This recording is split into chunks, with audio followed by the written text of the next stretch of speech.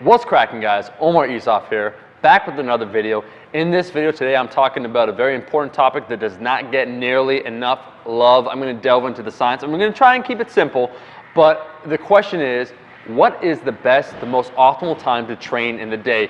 It's a seemingly simple question, but actually with a pretty complicated answer. And understand that it is pretty significant when you decide to train in a day, during the day. And this is some advice, honestly, that I could really stand to follow myself.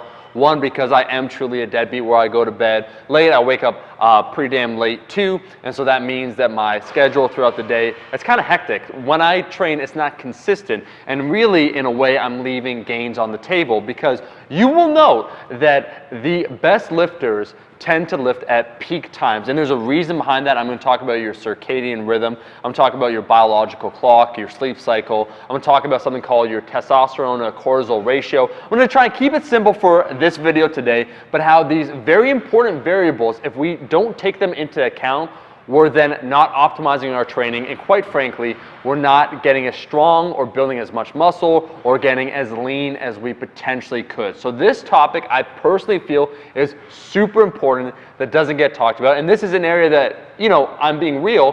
While I coach you guys, I give advice, I also could take some of my own advice.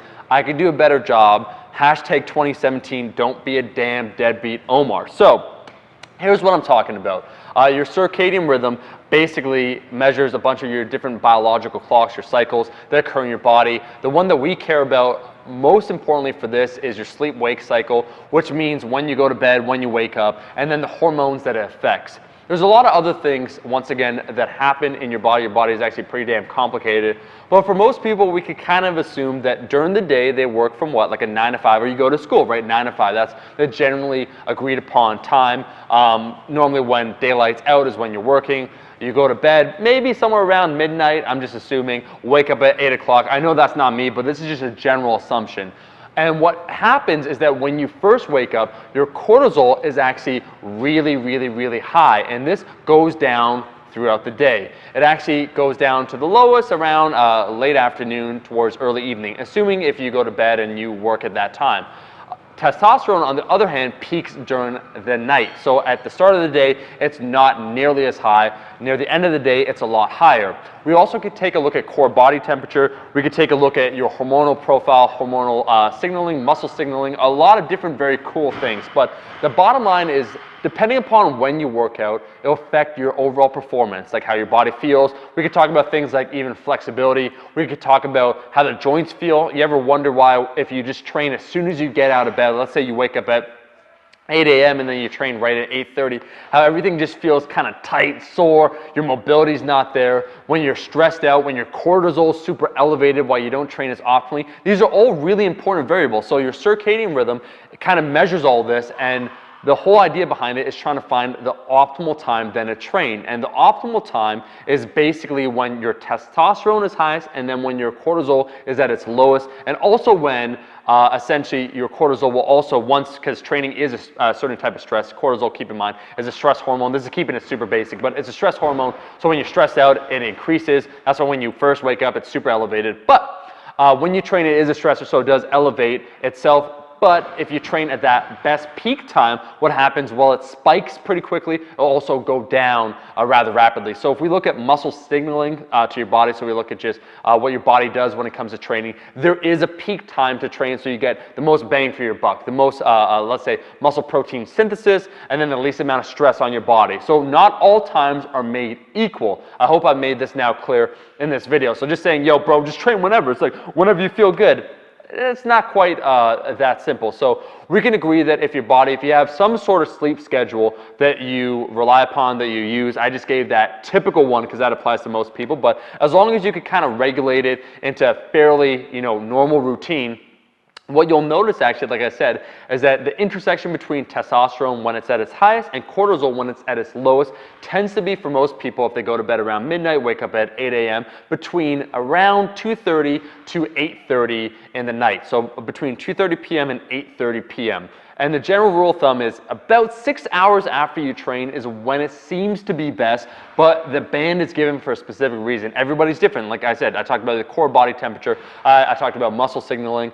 those are variables that are unique to every single individual, and they're dependent upon that person. So giving that wide range tends to be the best time if that's your normal sleep schedule. 12 to 8 or thereabouts would be between 2:30 to 8:30 when you would maximize then the amount of muscle you build, your strength, your flexibility, and you should notice that. And a lot of people, I think they intuitively kind of know this, which is why a lot of powerlifters traditionally you'll see they'll train not only because they have jobs, but they'll train more in the evening when they feel at their best. They could train early in the morning, they could train at lunchtime, but your body, your nervous system is just not primed. It's not ready for that occasion. So optimal time would be around 6 hours after you first wake up, when your body's best ready, when you're least stressed, when you can get a really good training effect. But what happens if you honestly can't train between, let's say 2:30 to 8:30 or whatever 6 hours is after you wake up? And this is an interesting question. The short answer is that you can kind of get used to, condition your body if you train at the same time. Let's just say, whatever, you have a busy schedule and you know what, you can only train like 3 hours after you get up.